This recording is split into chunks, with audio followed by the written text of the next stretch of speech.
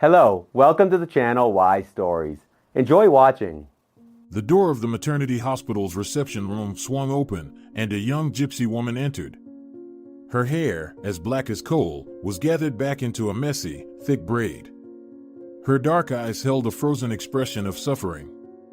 She walked unsteadily towards the administrator's desk. In one hand, the woman carried a small travel bag. Suddenly, a grimace of pain contorted her beautiful face. She clasped her enormous belly and let out a prolonged scream.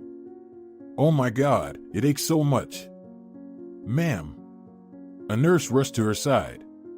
"Are you having contractions?" "Hey, help!" she shouted. "This woman is in labor." She helped the woman, who was on the verge of collapsing, and took the bag from her. After enduring the contractions, the woman managed to force a smile. Medical staff was already rushing to help.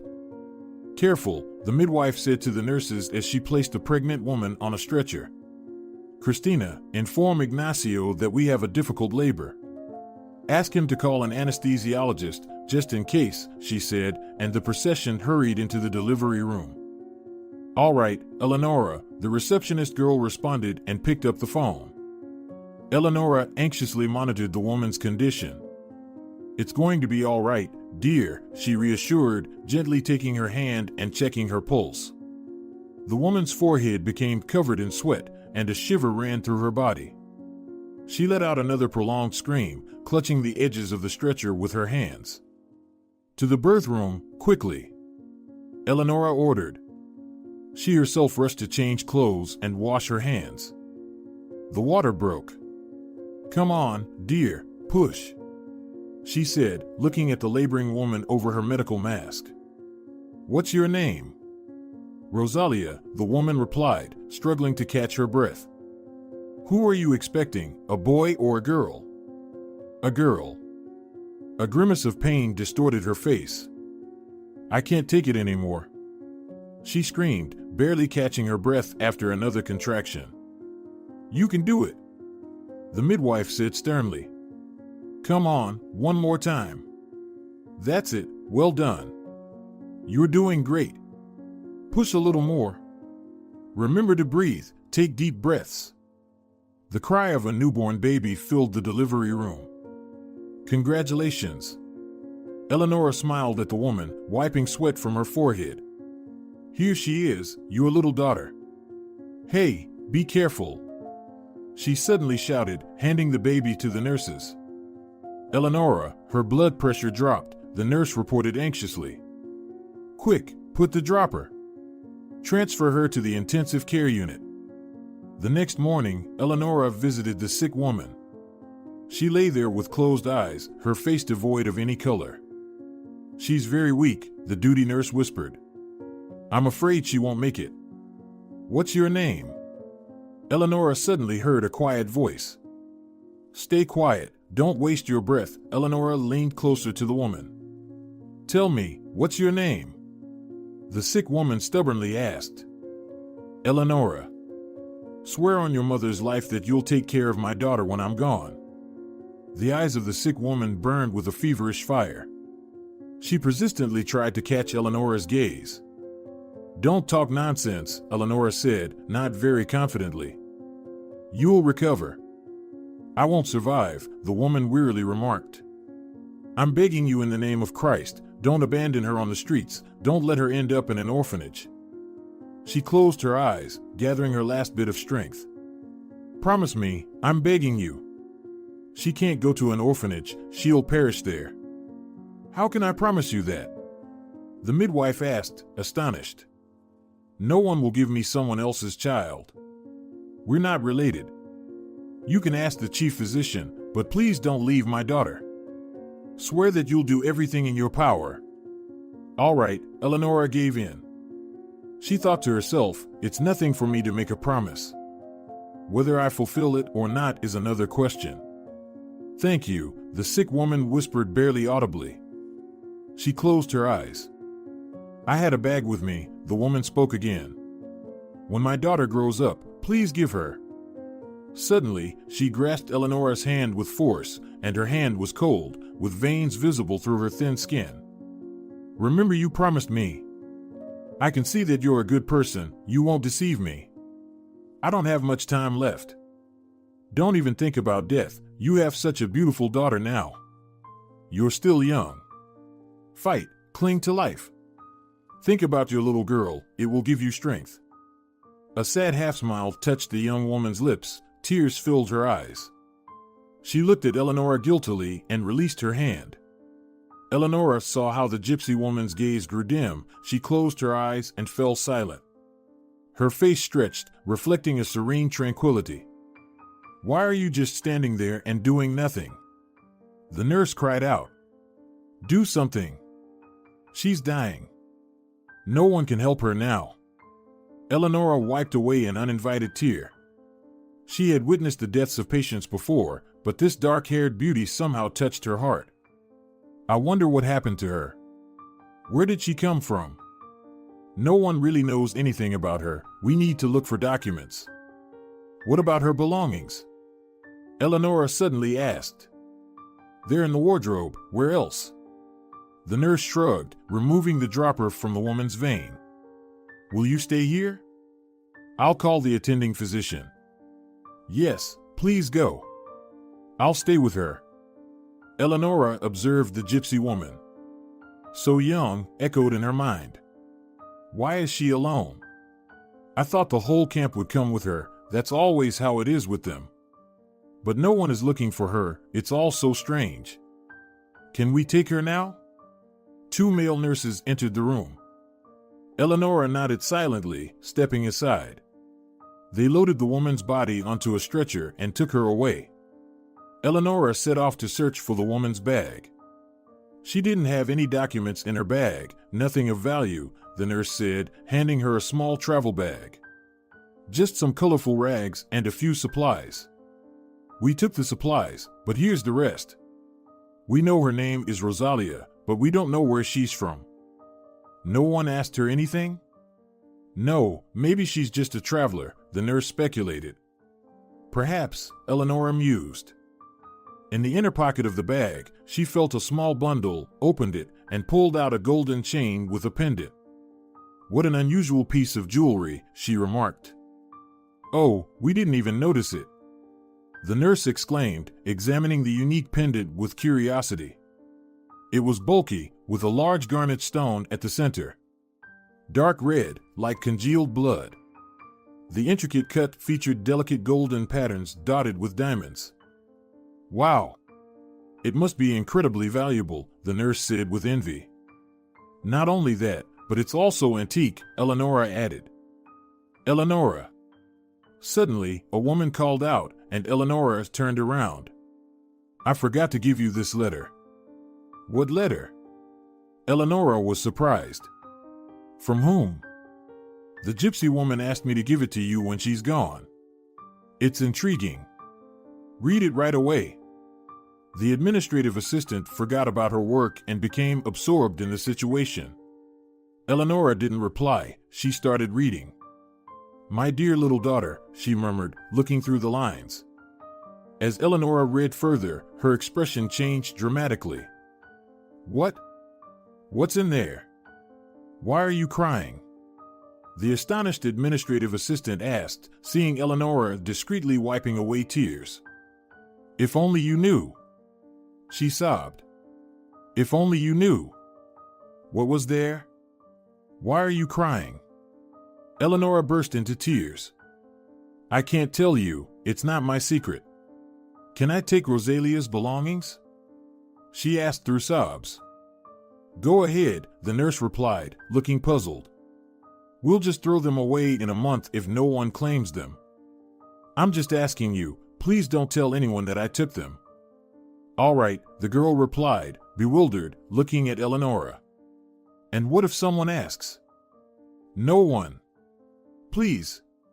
The woman pleaded. Well, fine, the nurse shrugged, perplexed. Eleanor carefully put the letter and pendant into an envelope and headed decisively towards the chief doctor's office. Teodora, I want to adopt this girl. What girl? Teodora exclaimed, looking up from her documents. Well, this gypsy girl. Why do you want her? Theodora frowned. And what if someone from their camp demands the child back? Don't say that I took her. Just say that the girl also passed away. Do you realize what you're saying? What are you pushing me into? I want to give the child a home. Is that so wrong? But how will you arrange the necessary documents for her? You have to go through the guardianship authorities, other institutions. That's my concern now. All right, the chief doctor shrugged. Well, at least wait until she's examined. What if she's ill? The child is healthy, the woman stated confidently. I assisted in the delivery myself. And have you thought about how your husband will react to her? Don't worry, he'll be happy. I can see that you've already made up your mind. Eleonora nodded. What should I do with you? Go ahead and arrange it, the chief doctor sighed. But if everything unravels, we'll both be in trouble, you understand that. Don't worry, I'll handle everything. An hour later, Eleonora was already home. Darling, she called out joyfully as she entered the apartment. Look who we have here. Who is this? Valerio looked astonished at his wife, who was holding a baby in her arms. Meet her, Daddy. It's our daughter, Eleonora lovingly said and placed the baby in her husband's hands. Are you out of your mind? Where did you take her? Did you steal her? I'll explain everything to you right now, but I urgently need to go to the store to buy everything she needs. Can you spend some time with her? She's sleeping anyway, I'll be quick. How do you imagine all this? Valerio exclaimed in horror, looking at the little girl. Or you can go, I'll make a list. You can buy everything that's needed. All right, I'll stay, the man reluctantly agreed. But first, explain to me, where did you get her? Eleonora laid the baby on the bed in the bedroom, carefully closed the door, and returned to her husband in the living room. She's the daughter of a gypsy woman. She died immediately after giving birth. You're completely crazy, her husband shouted. Do you realize what her relatives will do to us if they find out we took the child? No one will find out, Eleonora assured him. All this time she was in the hospital, no one claimed her. I don't know why. Rosalia didn't have a chance to tell us anything about herself, I only know her name. And I. The woman paused. I promised her that I would take the child. I have to save this baby, you understand? She's in danger. I made a promise. There's something else, but I'll tell you about it later. I don't understand, Valerio seethed with anger. He paced irritably around the room. Why do you need this child? You said she's in danger? That means we'll be at risk too. Valerio, Eleonora approached him, looked into his eyes, hugged him, and tried to calm him down. God didn't give us our own children, and now we have a chance to become a real family. We'll leave here. Sell everything and leave. And no one will ever know that we've adopted the child. No one will find her. Would you let anything happen to this little one? I can't believe you decided to do it. Valerio protested. And how will we process the documents without any valid reasons? Without waiting in line? Do you know how many people dream of adopting a child from an orphanage? And why her specifically? Let's take another baby, not this gypsy girl. Look at us, do we look like her? Yes, anyone will understand that she's adopted. For nearly 15 years, Eleonora sat down on the couch. I have been fostering other people's children. You can't imagine the torment, seeing smiles on the happy faces of young mothers, holding other people's children in your arms, and not being able to give birth to your own. This girl, she's our salvation. Let's go. She stood up, took her husband's hand, and led him to the bedroom. Just look at her, she whispered. What a beauty.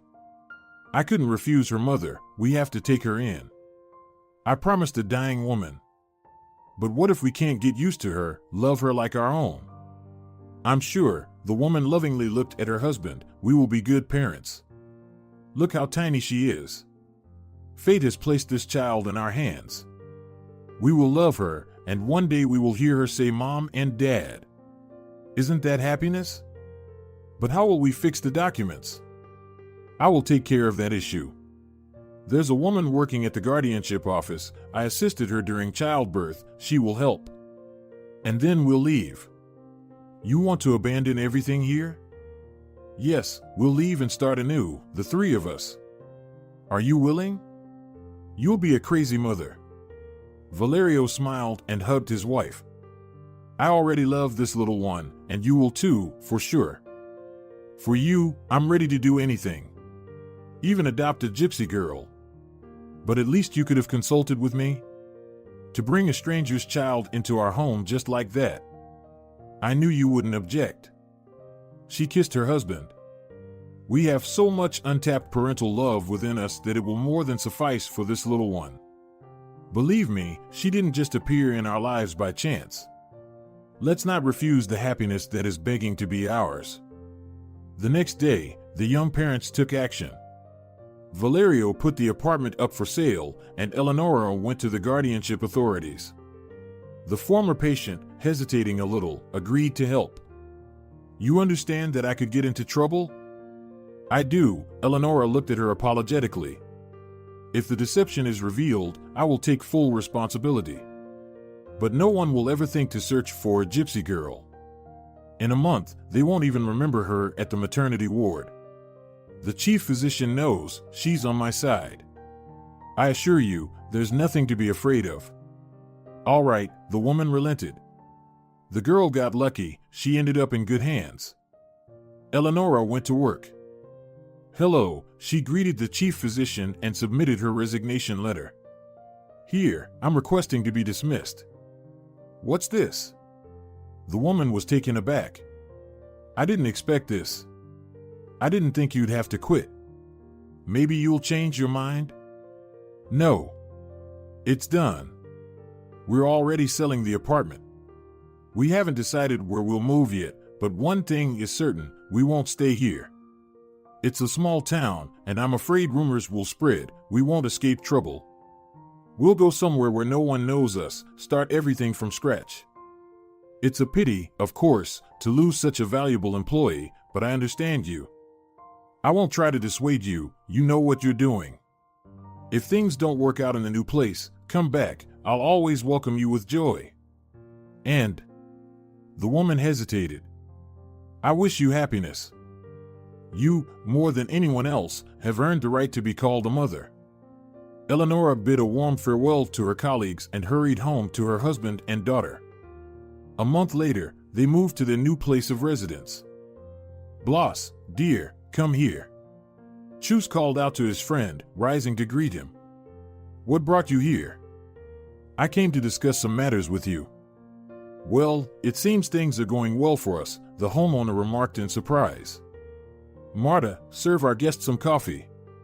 I've been offered some excellent purebred horses. It would be a good investment for our business. Our children will be getting married soon, so we need to think about expanding. What do you think? I can't wait to call you my relative. Fidel was 15 when your daughter was born, and we decided to marry them. Why wait?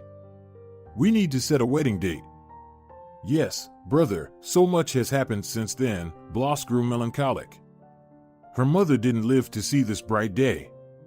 You know I'm raising our daughter alone. She's still too young to get married. Let her finish school first. Modern children need education. Oh, come on. She'll be too old by then. Have you considered giving her to my son instead? Fidel dreams of having children, and it wouldn't hurt us to think about grandchildren. How could you even think of such a thing about me? Blas felt offended. Blas never goes back on his word.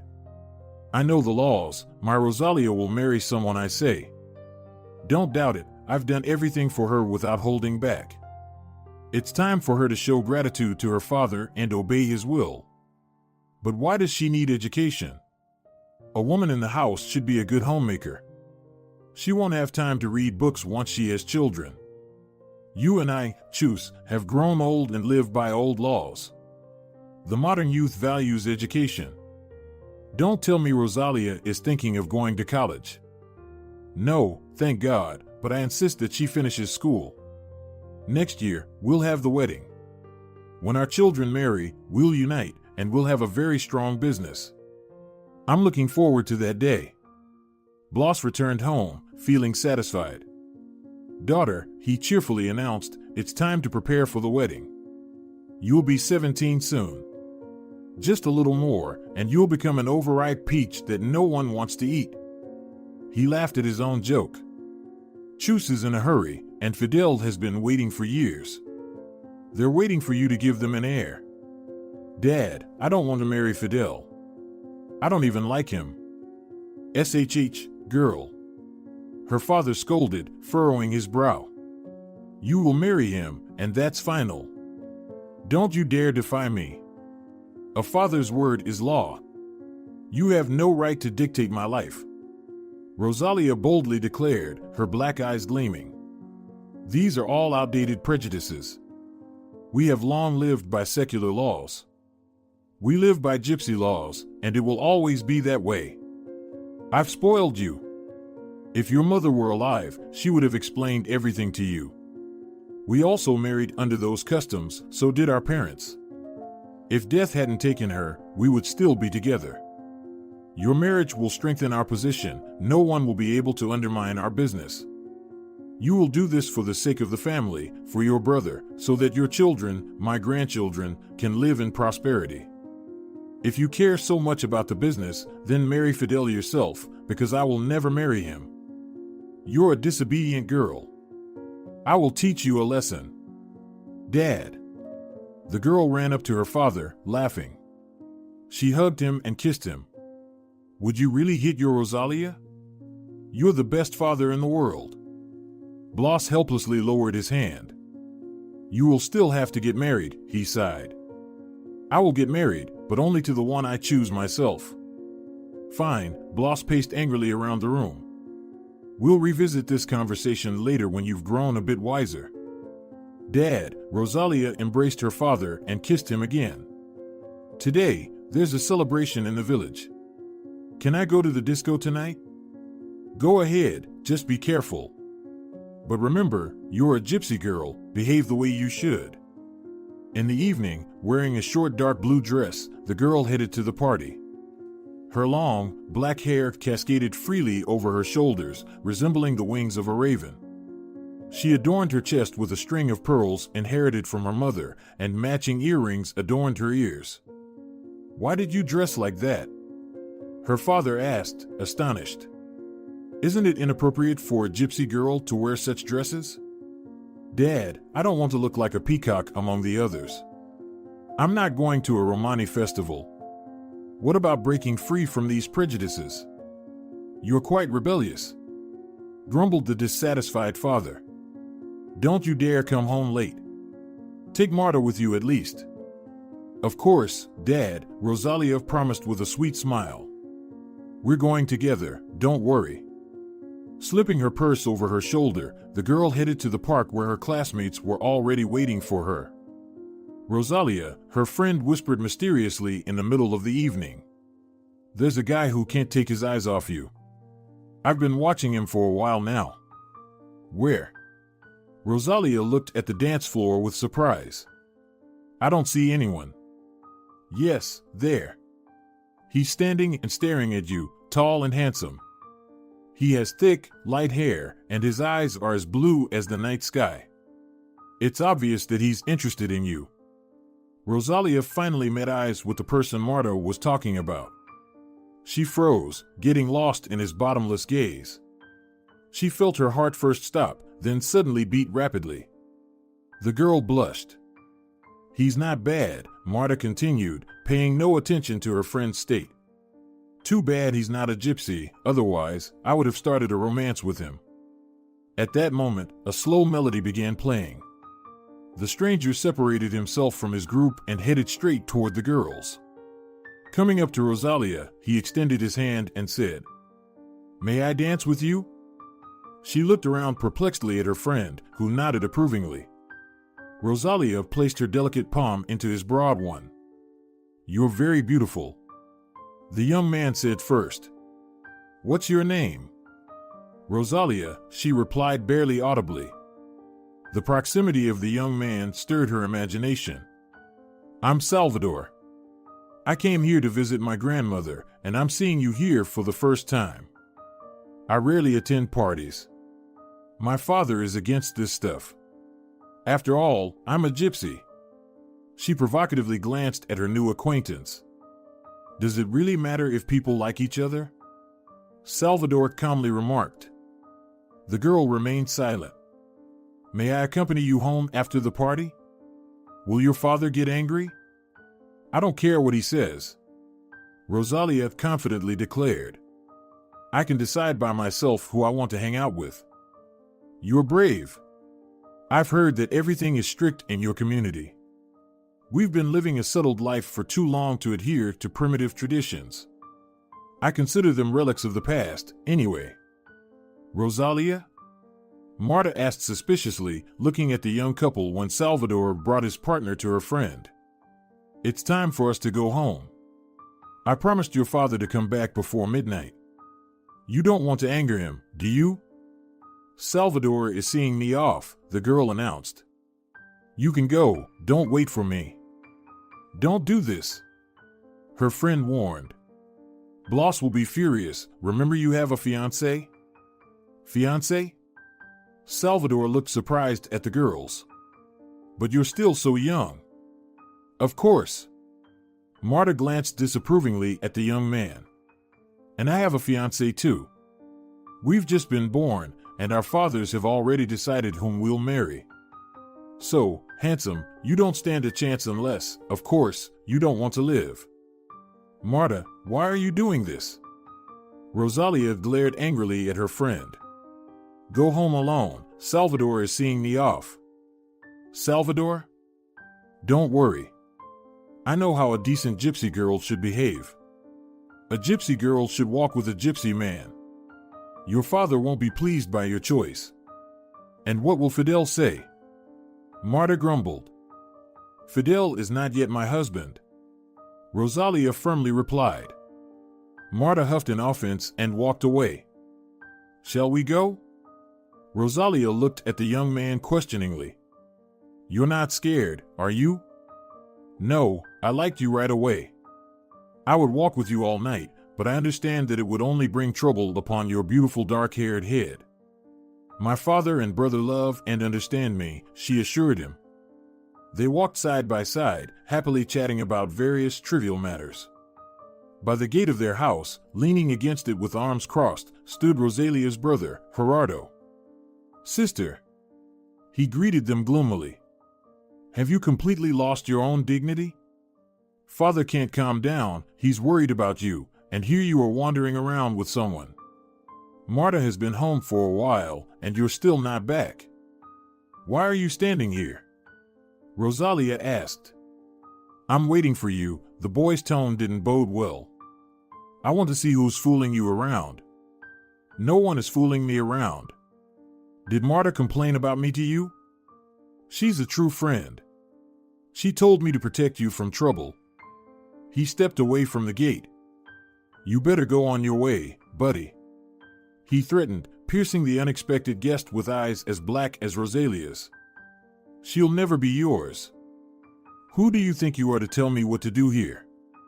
Rosalia flared up. Are you my father? I'm your older brother, and that says it all. Go home, I'll talk to your new acquaintance. Don't you dare touch him. Rosalia, Salvador calmly spoke up. Go, we'll handle this ourselves. Gerardo, if you even lay a finger on him, you are no longer my brother. Remember that. I won't touch him, calm down. I'll just explain a few things. Rosalia left, realizing that the men needed to resolve this issue themselves. Her presence wouldn't change anything, and Salvador would be put in an awkward position. Buddy, don't ruin her life, Gerardo began. We live by our own laws, you wouldn't understand. She'll never be yours, she has a betrothed among our people. It's better if you step aside right now and don't stir up trouble. Find a girl in the settlement or in the city. Why invite problems upon yourself? But what if I like her? If you like her, you should stop it. Leave, Gerardo angrily said. And stay away from my sister, or you'll regret it. I mean it. He closed the gate in front of a bewildered Salvador. Rosalia, Gerardo softly knocked on the door to his sister's room. May I come in? What do you want? The girl opened the door. Forget about that guy, her brother squeezed past her and said. He's not one of us. A gypsy girl must marry a gypsy man. You understand that it can't be any other way, right? But why? Rosalia exclaimed in despair. What's wrong with just going for a walk with him? Because you risk bringing shame to the family. You have a fiancé. It's tradition. What do you know about men? You're seeing him for the first time in your life. We know better who suits you, said Rosalia's brother. Why do you and father decide my fate? Rosalia burst out. I don't love Fidel, and I will never love him. Nonsense. Her brother sternly replied. Your mother got married that way, our grandmother got married that way, and nobody complained. You're a gypsy. That's it, I don't want to listen to you anymore. Leave. I love you, sister, and you don't know what life is. You could bring trouble upon yourself. Rosalia threw herself onto the bed and cried. She heard her brother leave the room, firmly closing the door behind him. The next day, Rosalia went to Marta. She understood that her brother had been waiting for her at the gate for a reason her friend must have blabbed. Rosalia wanted to talk to her. As she approached a sprawling lilac bush, she suddenly screamed in fear. Salvador appeared right in front of her. I thought you wouldn't leave the house today. I've been standing here for 2 hours. You scared me, Rosalia exclaimed, clutching her heart. Then she smiled, caressing his handsome face and well-built figure with her gaze. I'm a fool. I didn't even ask for your phone number yesterday. I hope you didn't think I got cold feet. I don't know, the girl looked at him attentively. When I saw you, I immediately knew that I fell in love, he said quickly. That was fast. Have you ever heard of love at first sight?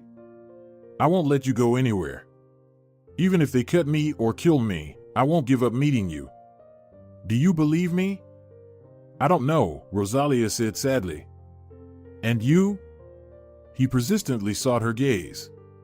What do you feel for me? Salvador, the girl looked around, we can't stand here for long. Someone might see us and tell father.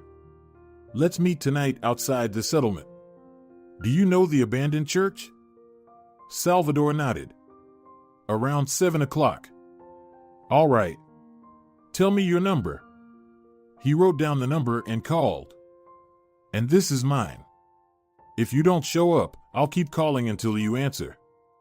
Rosalia lightly kissed his cheek and ran away. Salvador, bewildered but smiling, pressing his palm to the cheek that had just been touched by her lips, stood for a long time, watching her retreating figure. How could you? Rosalia confronted Marta as soon as she entered. How could you tell Gerardo about Salvador and me? And you call yourself a friend? Because that's what friends do, Marta countered, calmly sitting in front of her computer. I don't want you to ruin your family's life. What will people think? I don't understand, Rosalia stared at her in disbelief. Are you against me? Do you want me to marry someone I don't love? I didn't expect this from you. But you understand that you have no chance of changing anything. If you don't marry Fidel, you'll bring shame to the family. And I have a fiancé, you know that. You'll have to comply, it's a gypsy tradition. But I don't want to, Rosalia exclaimed. I love Salvador. You're lucky my brother will be yours as a husband. And what about me? To spend my whole life with someone I don't love? Never. I want to be loved and to love. When did you fall in love with him? You've only just met. Marta sighed. Sometimes all it takes is one look to recognize your love. That's how it happened for us. Get Salvador out of your head, Marta sighed.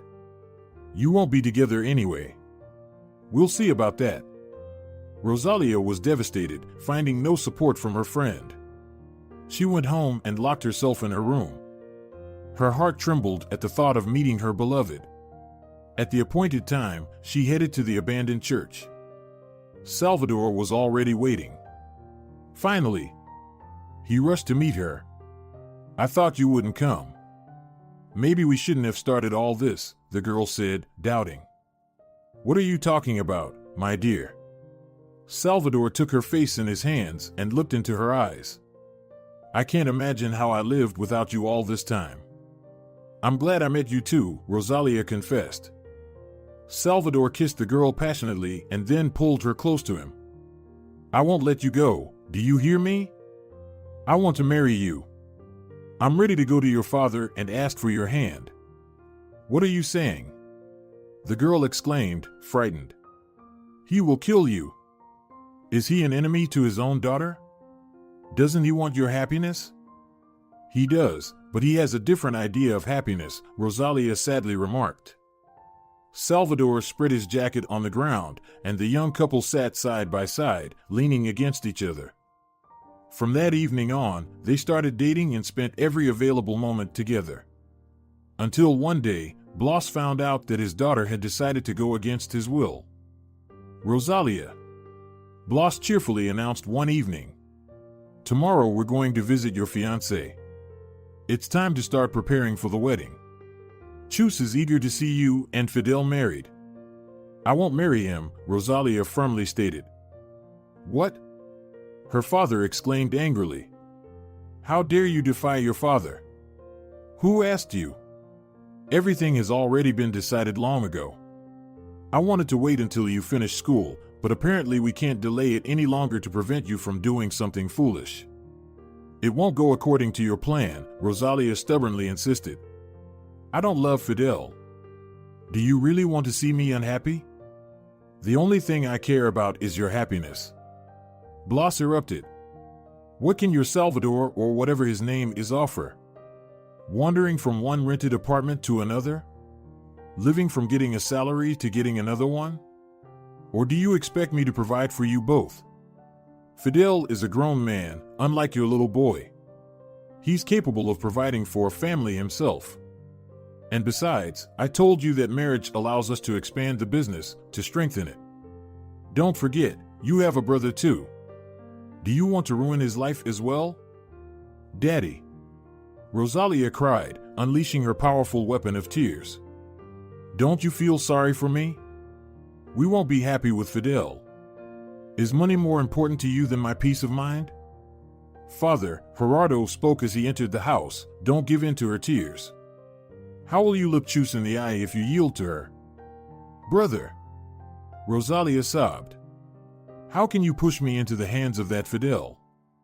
I can see that both of you don't care about me, you only think about money. Foolish girl, we care about the future, Gerardo retorted. How dare you talk to us like that? Her brother angrily exclaimed. No one gave you the right to speak. Have you forgotten who you are? Is it because of our father? Did he spoil you? Is it permissible for a gypsy woman to behave this way? I don't want to see any of you. Rosalia retorted. You are a foolish girl. Salvador will soon leave you and go to the city, and you'll be left here, her brother mocked. Rosalia got up and ran to her room. My sweet, my beloved, she whispered, burying her face in the pillow. I understand that we can't be together. I see it and I know it. But I don't want to be taken by Fidel. I want you to be my first man. Maybe then, when my father finds out that I've given myself to someone else, he'll have pity on us. He will kill me. The girl sat on the bed. Well, so be it. She wiped away her tears. I'd rather die than live with someone I don't love. Let's steal a piece of happiness from fate, and then let things happen as they may. She decisively dialed Salvador's phone number. My love, we need to meet urgently. Let's meet tomorrow at 7 at our spot. The sun was already setting, and the meadow smelled of freshly cut grass. "Rosalia, what's happened?" Salvador rushed to her as soon as he noticed her. She approached him, gazing into his eyes, basking in the tenderness they radiated. Then she asked, "Salvador, do you love me?" "Of course, my little one. I love you very much. Why do you ask?" "Then take me," Rosalia calmly said, never taking her eyes off him. "Are you sure this is the right decision?" Salvador questioned with doubt. "Maybe we shouldn't rush? I'll go to your father, ask him to give you to me in marriage. I want everything to be done properly. No one will allow us to do it properly, but this way, my father will have to accept it." "I see, you've already thought it all through?" "Yes, I've made up my mind. Take me right now." She kissed him on the lips. "I don't want anyone else but you to touch me. Look at how beautiful it is here. Come on, be brave. I can't just start it myself, can I?" Salvador slowly brought his face closer to hers, then gave her a long kiss. They fell into the grass, caressing each other. Salvador was gentle, while Rosalia trembled and melted in his embrace. They didn't notice anything around them, hidden from prying eyes by the tall grass. Yes, no one could see them, only the vast sky witnessed the eternal dance of love between a man and a woman. The tranquility of the sunset was occasionally interrupted by sighs and the sounds of their kisses. "It was so good," Rosalia softly spoke, pressing herself against Salvador's bare chest. "I didn't know it could be so beautiful, my love. I won't give you to anyone else.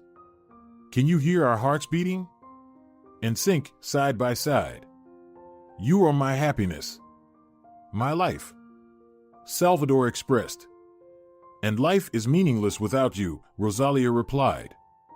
"What will happen to us now?" Salvador wondered. "It doesn't matter anymore. The important thing is that we are together," Rosalia reassured. "Now only death can separate us," Salvador declared. Rosalia returned home, unaware that her father was already searching for her. "Where have you been, you wretched girl?" Her enraged father glared at her. "I was with Salvador," Rosalia calmly answered, never averting her gaze from her father's eyes. "Did you sleep with him?" her father asked.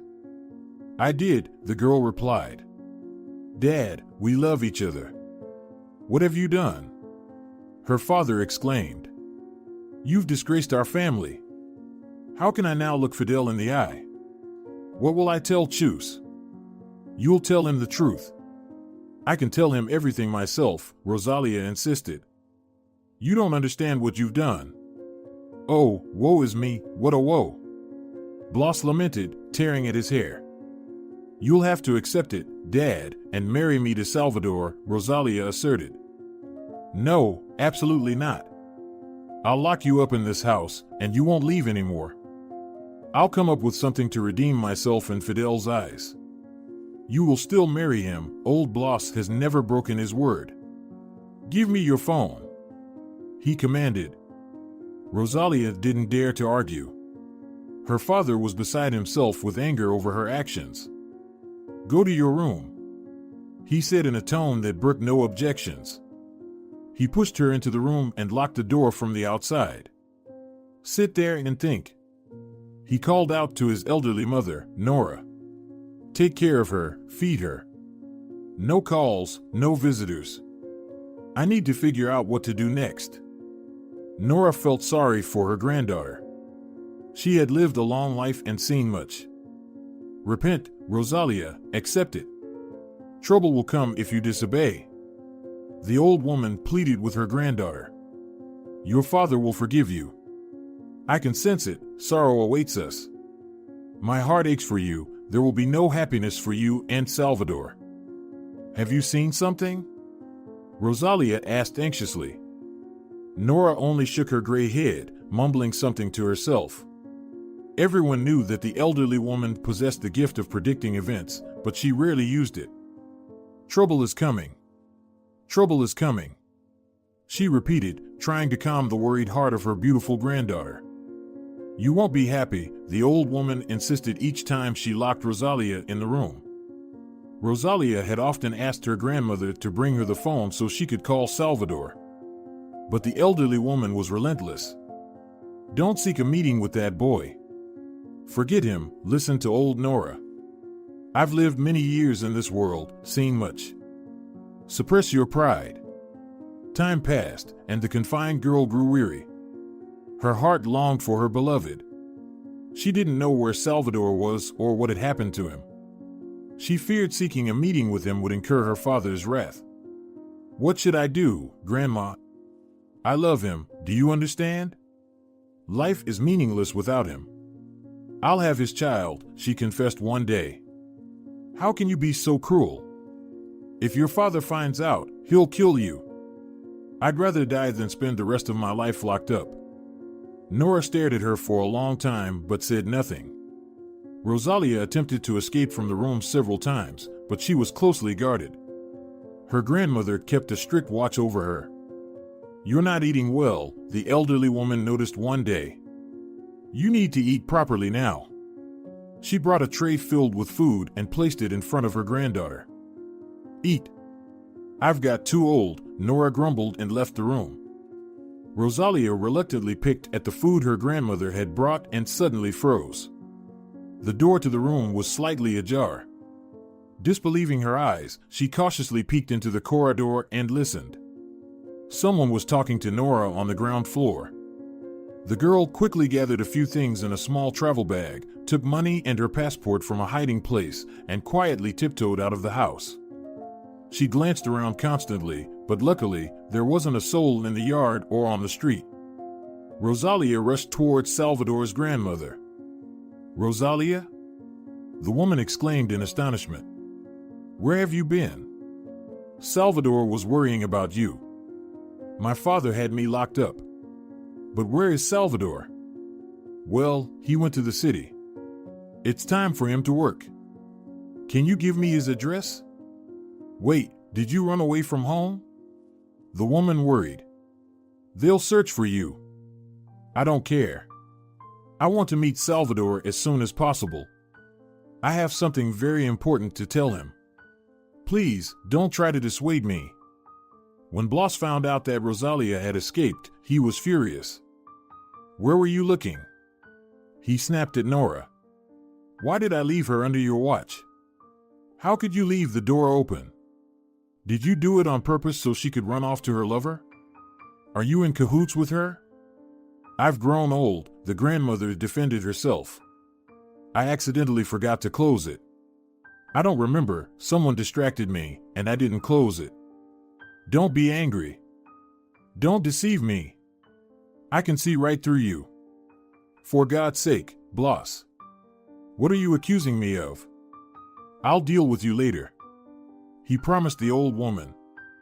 Gerardo, immediately go and search for Rosalia. He ordered his son. Her lover's grandmother lives in our village. Go to her. It's not worth it, Nora calmly looked at him. She's expecting a child. Leave her. It's too late to change anything now. Rosalia has chosen her own fate. A child? What child? Where does she have a child from? What are you talking about? My daughter has brought shame to our family? God has turned away from me. Woe is me, what a woe. What will I tell Chus? I, Blas, have never broken my word in my life. And now my own daughter has shattered our plans into pieces. What should I do? Blas was beside himself with anger. Do you understand that Fidel will never marry her now? Talk to him, Nora advised. He will understand. Why go against fate? Leave Rosalia be, maybe she can find happiness. She said they love each other. Don't you know the laws of the gypsies? I must fulfill my duty, otherwise. Blas went to meet Fidel. Son, he began from a distance, I have bad news for you. What happened, Uncle Blas?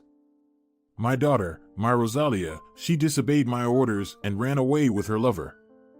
Well, it's not too late to bring her back, Fidel reasoned. Let Gerardo go after her, and you can punish her properly. I don't know how to tell you, the man hesitated. She is pregnant from that scoundrel. Forgive me, Fidel, I promised you an obedient and pure daughter. She disobeyed her father's will, violated the gypsy laws. I don't want you to harbor false hopes of marrying her. There will be no wedding. Find yourself a more deserving wife than my daughter. She is not worthy of your love. How could this happen, Uncle Blas?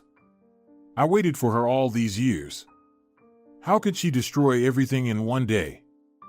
I know, Fidel, it's my fault. I spoiled her, didn't notice when she felt her own will. I raised her alone, always regretting that she grew up without a mother. And now she hasn't repaid me the favor. What are you going to do? Do you know where this guy lives? He must be punished. His grandmother lives here in the village. They're probably hiding in the city. I doubt they're still with his grandmother.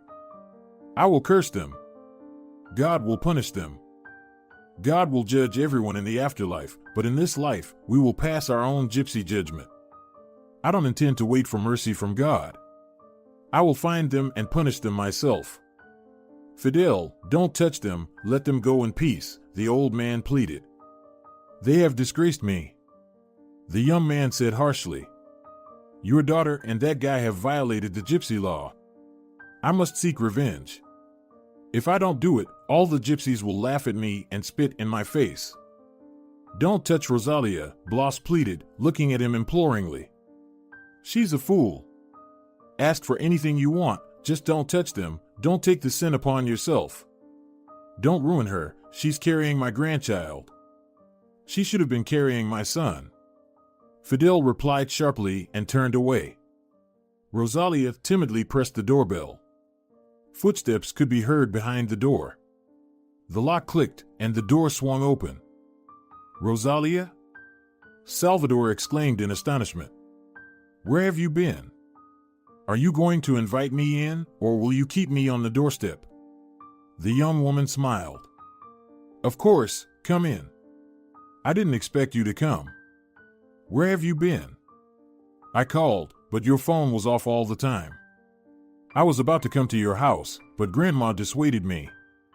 Well, it's a good thing you didn't do that, the girl said wearily. My father decided to separate us and lock me up, but I escaped. Will they search for you now? Of course, they will, but when they find us, they won't be able to do anything anymore. My father will have to marry us. You speak in riddles. Oh, you must be hungry. And you don't look great after the journey. Let's go, I'll feed you. Do you live here alone? Rosalia looked around the apartment with interest. Yes, my parents work abroad. That's good, she stood in front of the young man. I have something important to tell you. Our fate depends on your answer. Smiling, Salvador looked at her. Love shone in his eyes. I'm so glad you came to me. Salvador, we're going to have a baby. Are you serious? A baby? He lifted Rosalia in his arms, twirling her around the room, repeating. We're going to have a baby. We're going to have a baby. You're crazy. The girl laughed. Put me down immediately. Sorry, he looked at her apologetically and put her back on her feet. Now I have to treat you like you're the rarest jewelry. And I was afraid you wouldn't accept me. What? Silly girl. The young man embraced her. I won't let you go anywhere now. Soon, there will be 3 of us. He got down on his knees in front of her, pressing his cheek against her belly.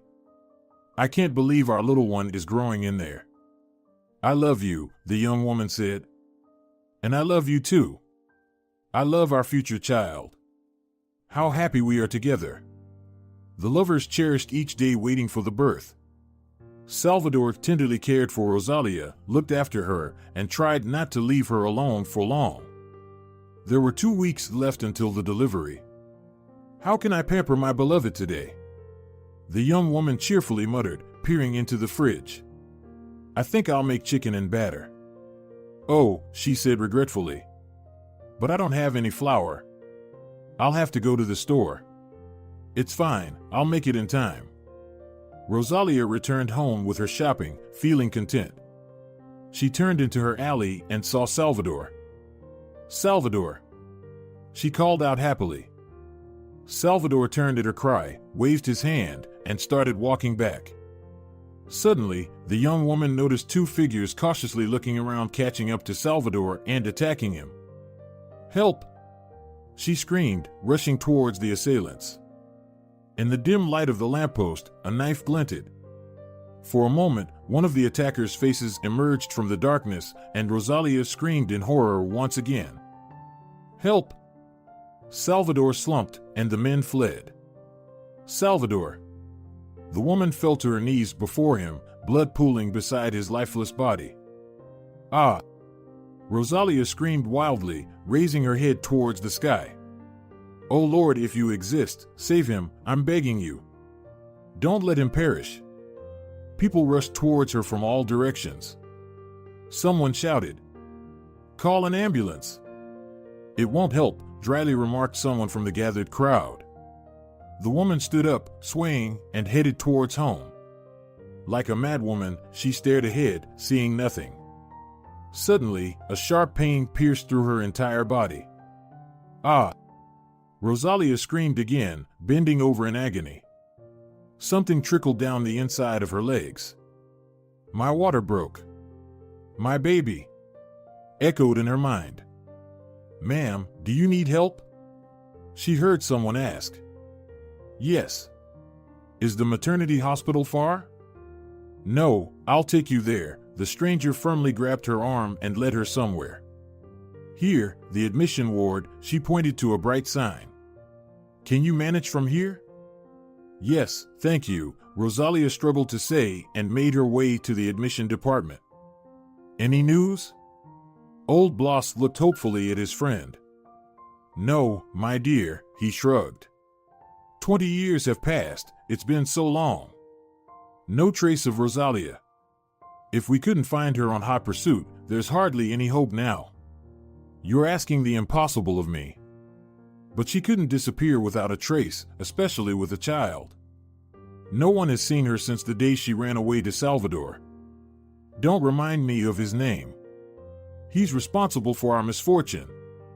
The man frowned.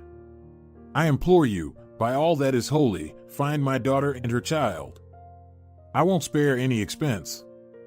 You know, Bloss, I'll do whatever you want for you. I'll try to help. Even if there's only a slim chance of finding her. We know nothing about them. They might have changed their names to evade pursuit, that's why we can't find them. I implore all the saints. Don't let me leave this world without seeing my daughter. The unknown has tormented me for many years. I can't eat or sleep, my heart aches for her. Search, I beg you, don't stop looking." His friend nodded, bid farewell to the man, and left. "Daughter." Eleonora peeked into Saturnina's room. "Get up, lazybones, you'll be late for college." Mom. Just another minute, and I'll get up." "Get up, or you'll miss breakfast again."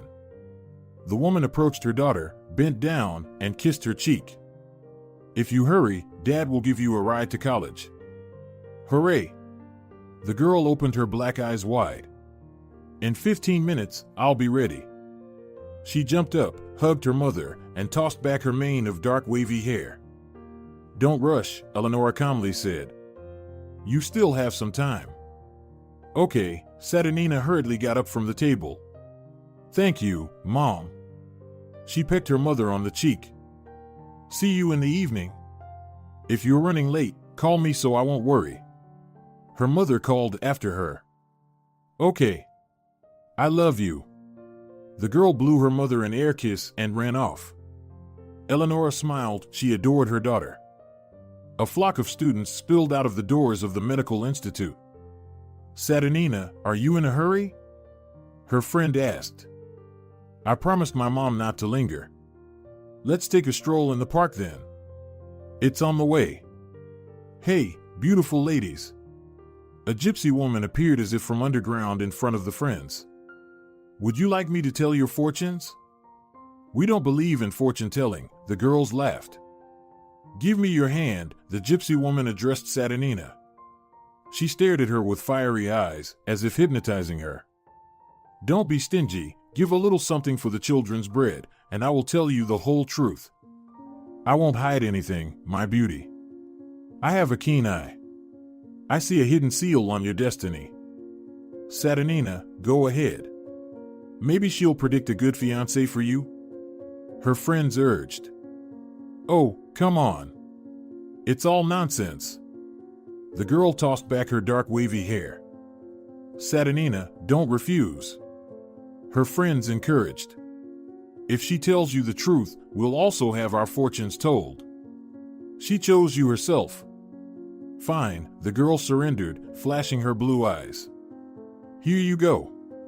Saturnina winked at her friends and handed the woman a banknote. Let's see what you have to say about me. The girls exchanged glances and stood frozen in anticipation. The gypsy woman frowned as she examined Saturnina's hand. Gypsy blood flows within you. She lifted her head and scrutinized the girl's face intently. Although you are not a gypsy woman by your side. Saturnina looked at her in astonishment. How did you come to that conclusion? I see everything, I know everything. The fortune teller rambled. Your mother is a gypsy. Girls, why do we need to study at the institute? Saturnina sarcastically remarked. Apparently, everything can be read from the hand. We're studying medical genetics, but here we can determine someone's ethnicity just by looking at their hand. The friends burst into laughter. Saturnina pretended to sigh. Maybe you can also diagnose illnesses by looking at the hand?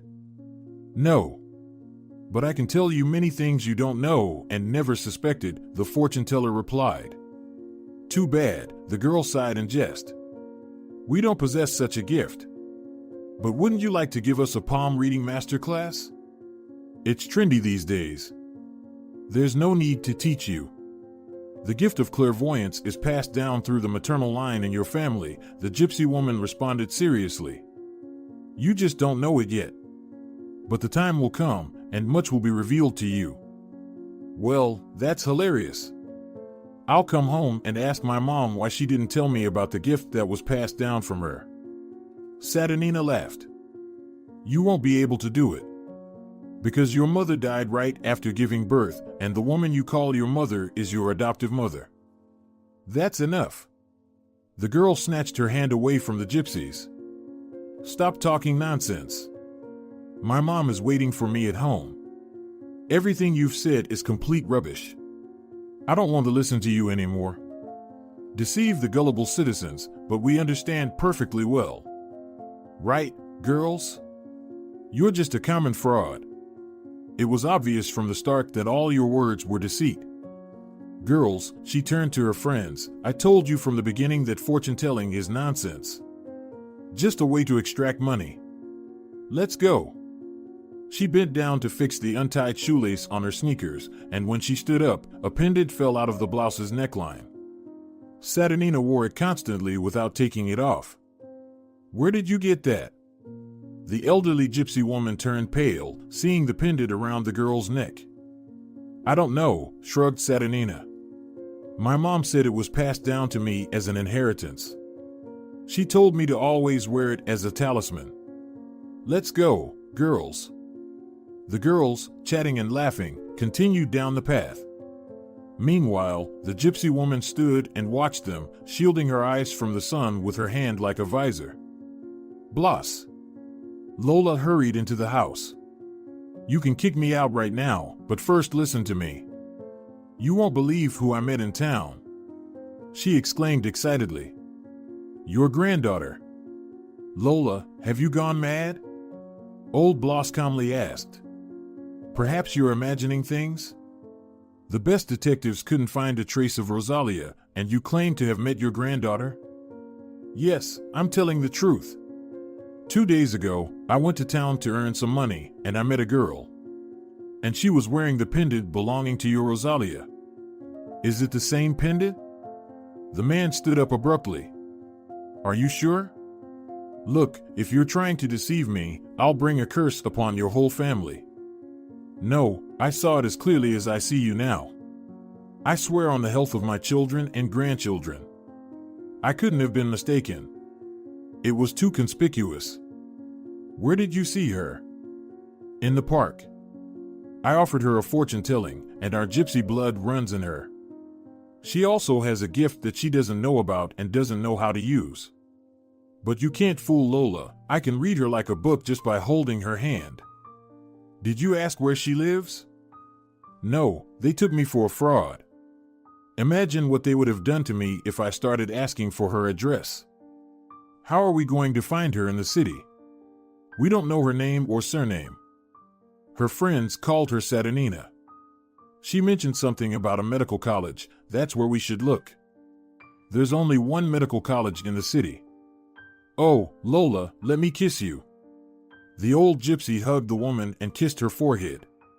You've given me hope. Come to the kitchen. I want you to have a meal with us. I'll just call my friend to start the search for my granddaughter. Bloss dialed a phone number. Marcelo, come over urgently. I have information about my granddaughter. We need to check it as soon as possible. Where did you get the information? Half an hour later, the men were talking in Bloss' office. Lola accidentally met her in town. We have a name, a rare one, by the way. And we know she's studying medicine. I don't think it'll be too difficult for you to find her. Leave immediately, don't waste a minute. Find out everything you can about her. I want to hold my daughter Rosalia's child in my arms as soon as possible. A week later, Marcelo brought Bloss a full report. Here's your granddaughter. She's the real beauty. Just like her grandfather. The man placed a photo of Saturnina in front of Bloss. Her name is Saturnina, and she's indeed a student. What did you find out about her? The elderly gypsy carefully examined the girl in the photo, trying to recognize his daughter's features. She's being raised by an adoptive family, and her mother is a midwife. Perhaps she was the one who assisted Rosalia during childbirth. And where? Bloss stumbled and looked questioningly at his friend. Unfortunately, Rosalia passed away immediately after giving birth. Bloss clenched his fists so tightly that his knuckles turned white. This woman adopted your granddaughter. The family loves her very much. She's lucky, they treat her as their own. She graduated from school with honors and is now studying at a medical institute, dreaming of becoming a doctor like her adoptive mother. She knows nothing about her biological parents. Do you still want to meet her? She's an adult, she grew up with different customs. And what if she refuses to talk to you? I need to meet her. I lost my daughter. I want at least my granddaughter to be with me when the time comes to close my eyes forever.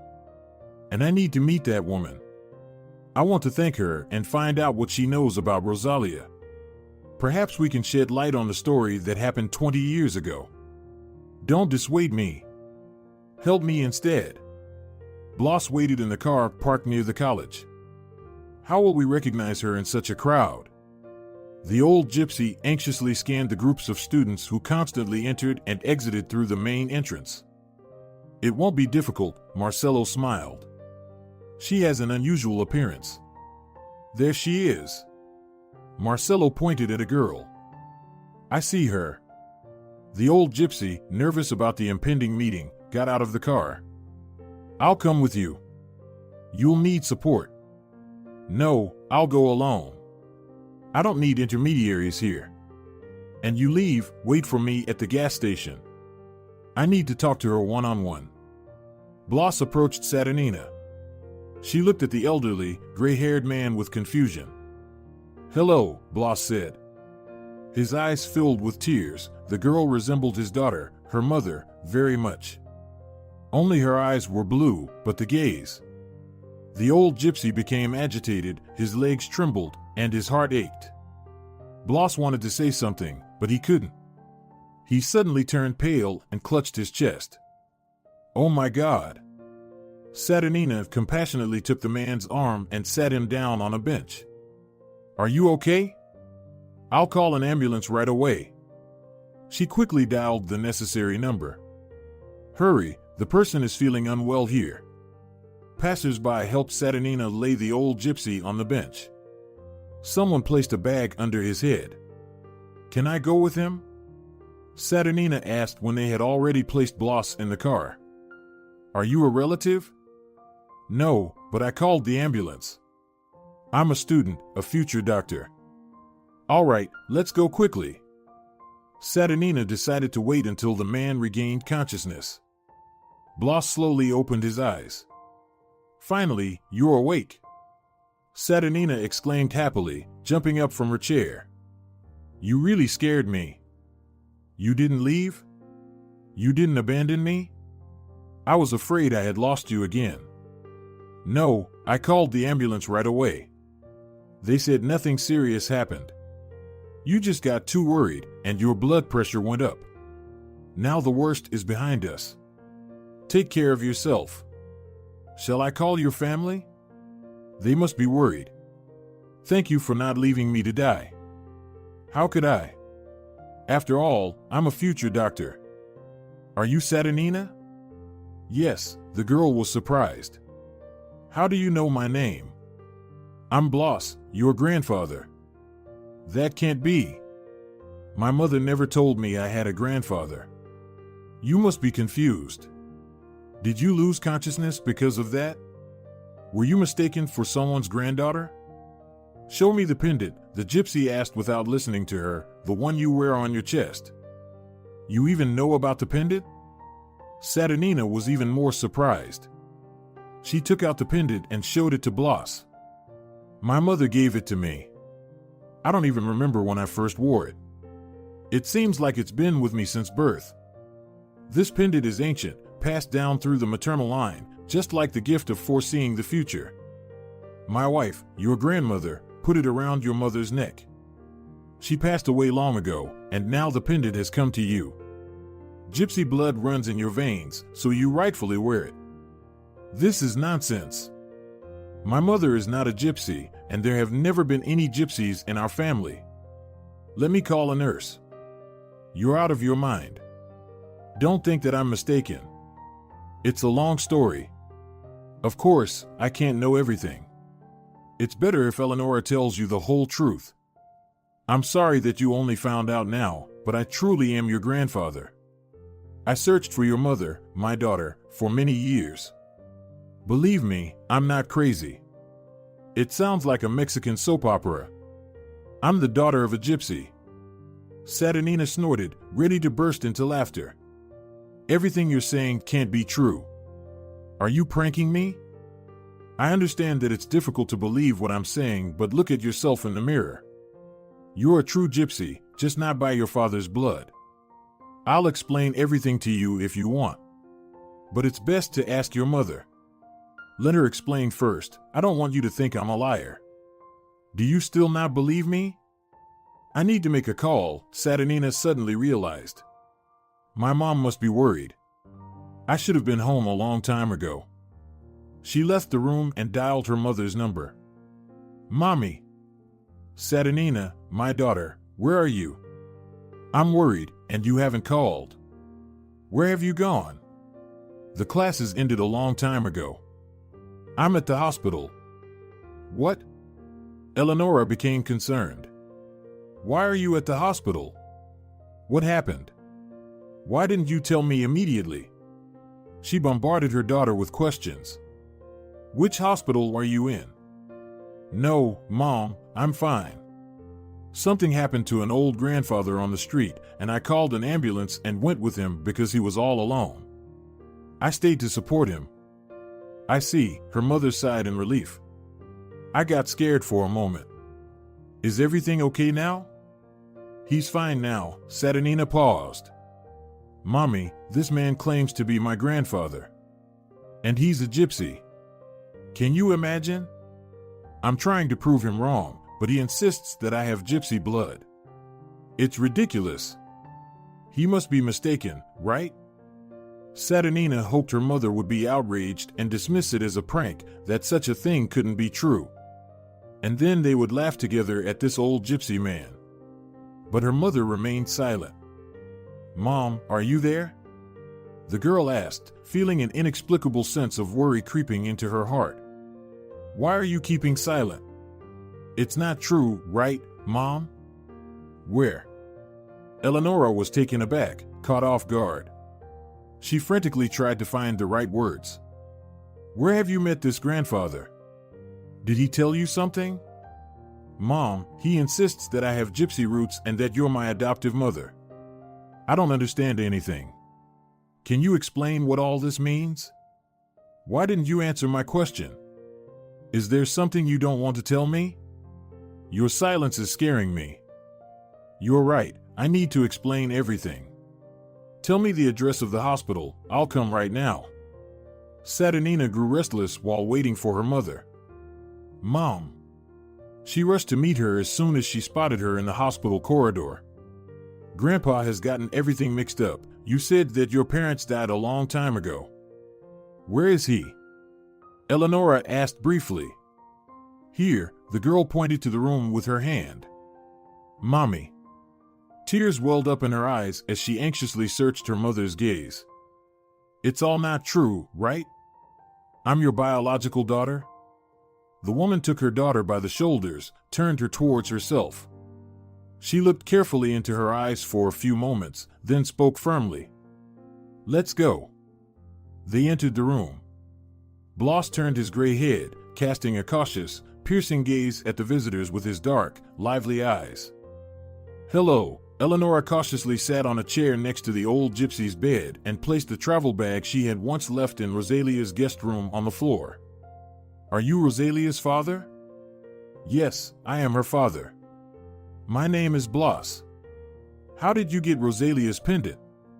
Saturnina, the woman looked at her daughter, who shifted her gaze between the old man and her worried mother.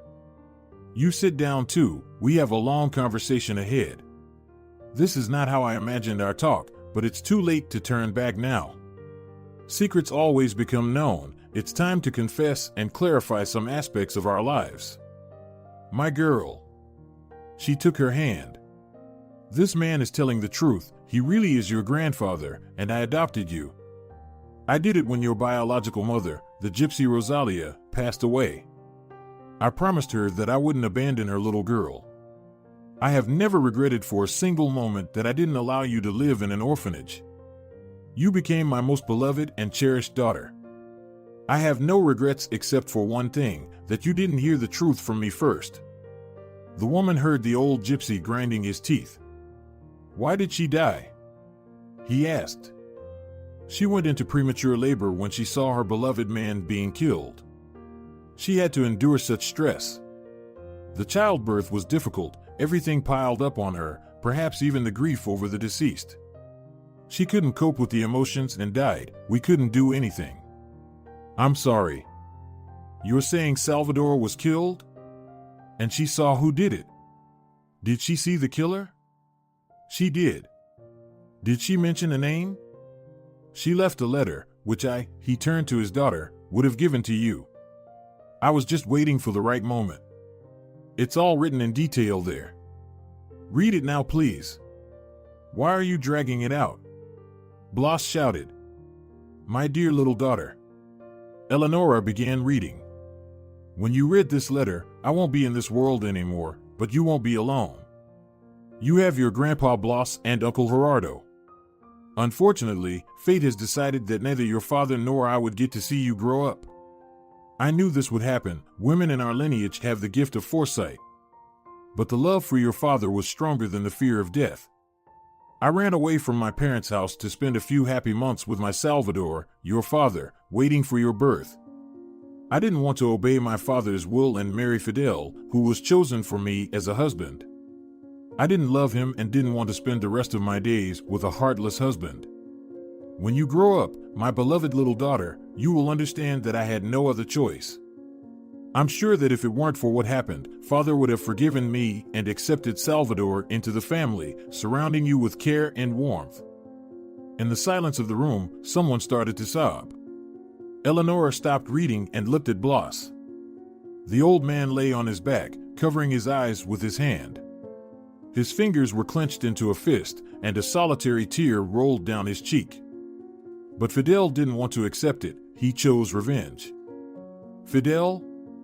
Blas asked sharply. You said Fidel?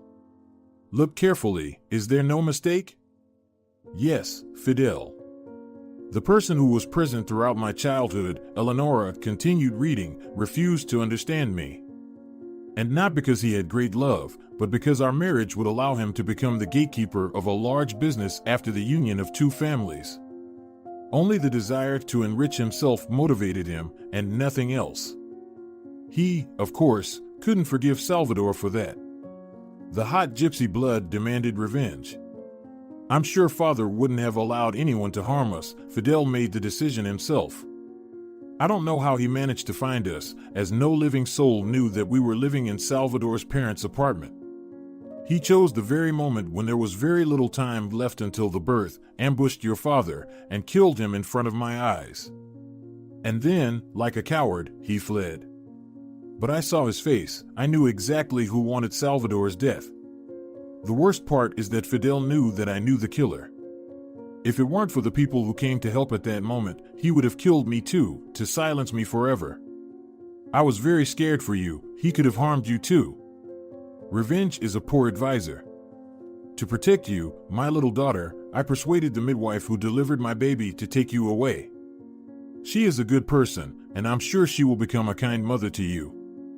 No one would have thought to look for a newborn gypsy girl near her. If you are reading this letter now and wearing the pendant, the sacred talisman of our ancient lineage, it means that everything happened as the gift of foresight guided me. Oh, how I would love to see you. To see what a beauty my daughter has become. But fate had other plans. I know the day will come when you meet your grandfather Blas and your uncle Gerardo. Don't blame them for what happened. I'm sure they will love you, and you will love them. Be happy, my little girl, and sometimes remember your parents. Eleonora fell silent. Saturnina cried quietly, wiping her tears with a handkerchief. The old gypsy clenched his teeth, trying not to show his emotions, so as not to be seen as weak by those around him. Are you sure? Blas broke the prolonged silence. That Rosalia wrote this? They gave me the letter right after her death. The nurse said your daughter wrote it shortly before her passing. Look, is this her handwriting? She handed the sheet, filled with small, uneven handwriting, to the old man. Yes, Blas said, examining the writing. This is my daughter's handwriting. Fidel, why did you commit this crime? You've ruined 2 lives. And for what? He clenched his teeth tightly, grinding them in anger. Now that you know about Saturnina, is she in danger from Rosalia's jilted suitor? Do we have to leave to keep the girl safe? Will Fidel come looking for her if he finds out where she lives? You have nothing to fear. Fidel died 2 years after my daughter's disappearance. God punished him for his crime. I considered him my son, but he took away my daughter and granddaughter. He died? Yes, he got involved with the gangsters. During a fight, he was shot dead. So you can live peacefully, he can no longer harm you.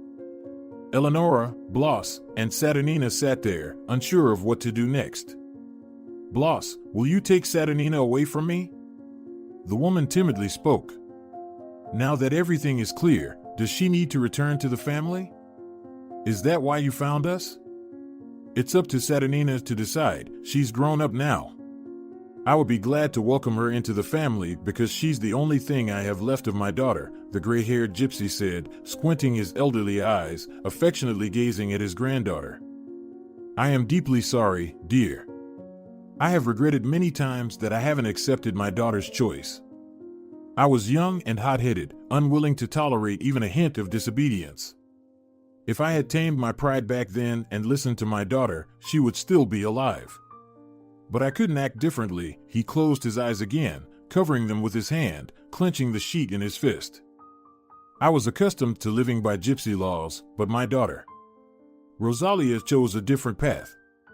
She didn't want to endure violence against her will and ran away. Saturnina, he looked at the girl, you are beautiful because your parents conceived you out of great pure love.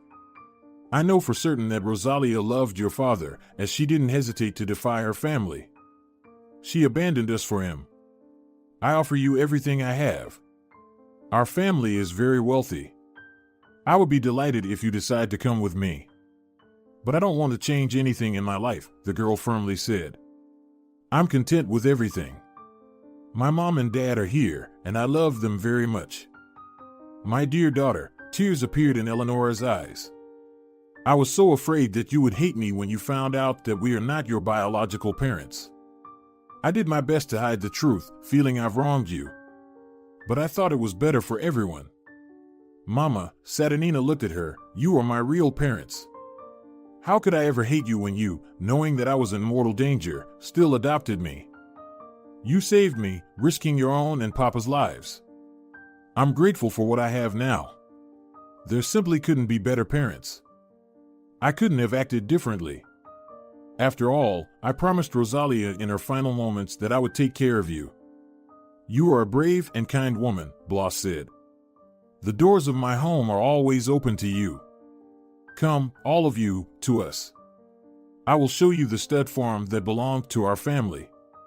In recent years, I've been breeding purebred horses and selling them. It's a good business that brings in a lot of money. And all that wealth will belong to you, Saturnina. You are the heir of our lineage. Your uncle Gerardo is managing well, but he needs assistance. Thank you, the girl blushed, but I don't need anything. I'm used to achieving everything in life on my own. That's how my parents raised me. How much you resemble your mother, Bloss said sadly. Just as stubborn and free-spirited. At that moment, a nurse entered the room. Why are you tormenting the patient? She scolded, setting up the dropper. He needs rest, and any strong emotions are completely contraindicated. Oh, beauty. I've lived so many years on this earth that God has probably forgotten about me. But I'm not planning to die now. I'll ask him to live a little bit more. I found my granddaughter, you know? I've been searching for 20 years. I want to see her get married, and if I have time, I'll spoil my great-grandchildren too. That's enough, everyone, go home. The nurse ordered. Don't you see his condition? He's barely recovered from the shock. Do you want another strike to happen? Goodbye, Bloss, Eleonora shook the old gypsy's hand. Goodbye, Saturnina stumbled, then added, grandfather. Thank you, Saturnina. Those are the best words I've ever heard. He teared up. The women left. Bloss lay there, smiling at his thoughts. Rest if you really want to live long enough for great-grandchildren. By the way, your friend called. He was very worried about your health. Oh, I'm an old fool. Bloss scolded himself. I completely forgot about Marcelo. He probably couldn't wait for me and left. I told him to go home, so don't worry. He will inform your son that you're in the hospital. How much longer do I have to lie here? You'll stay with us today, and if all the indicators are normal tomorrow, we'll discharge you. We'll let your son know to come. And don't worry so much. The nurse laughed. Everything will be fine. The next day, Gerardo arrived. Hello, father. He hugged Bloss, who had been waiting for his son on a bench in the hospital garden. Marcelo told me that Rosalia's daughter has been found. Is it true? It's true, the man gruffly replied. And I also found out who is responsible for your sister's death. It's Fidel. Fidel? It can't be. He loved her with his whole heart. Yes, but he didn't listen to me, decided to seek revenge, and killed Salvador. Rosalia witnessed it and died during childbirth. To protect the child from Fidel's wrath, she gave her up for adoption. That's why we couldn't trace her whereabouts at all. I never thought Fidel could kill out of revenge. It's a shame that Fidel is dead. Gerardo gritted his teeth. I swear by the memory of our ancestors, I wouldn't have forgiven him for my sister's death. And what about my niece? Why didn't you bring her with you? She may not be pure-blooded, but she's a gypsy. I want to meet her. She left with her adoptive mother. She needs time to think about everything. Imagine finding out that strangers raised you for so many years. But she's been handling it well. I wish she could come with me right now, but I didn't insist. The important thing is that we found her. She'll gradually get used to us, come visit, and finally, we'll gather as a family. Let's go home. I have a lot to tell you. The old gypsy returned home, but a week later, a new episode put him back in bed. Father, Gerardo said worriedly, looking at Blas' pale face. You need to go to the hospital. It's not a joke that you have problems with your blood pressure. The doctors can't do anything, Blas replied, breathing heavily. It's the damned old age. Nothing can be done about it. They haven't invented a cure for it yet. I've lived a good, long life. I won't be ashamed to face the Almighty. There's one thing I regret, that I don't have the chance to see my granddaughter again. He fell silent. Go see her. Maybe you can convince her to come and live with us. And ask her for forgiveness on our behalf. Oh, how I wish I could turn back time. All right, Father, I promise. I'll do as you ask. I'm also eager to meet her. A few days later, Blas passed away. The funeral was lavish, as is customary among the gypsies. Immediately after the memorial, Gerardo went to Eleonora's house. Mom, I'll open the door. Saturnina called out when she heard the insistent doorbell. Oh, hello. Standing at the door was a middle-aged man with a gypsy appearance. He looked at the girl with interest. And who are you here to see? Probably I'm here to see you, if you're Saturnina, Gerardo calmly replied. Yes, I am Saturnina. And who are you? I'm your Uncle Gerardo. Something happened to Grandpa, didn't it? The girl immediately understood. My dear. The mother's voice came from the hallway. Why are you not inviting the guest in? What will he think of you? Please come in. Blas sent you, I assume. How is he doing? Father passed away, the man said briefly, walking into the living room. He asked me to inform you. He also asked for your forgiveness. There's nothing for me to forgive him for, Saturnina sadly replied. I probably won't interrupt you. You need to talk, Eleonora hurriedly said. Besides, it's my shift. Gerardo, come visit us, Saturnina will be glad. She left, leaving her daughter with her uncle.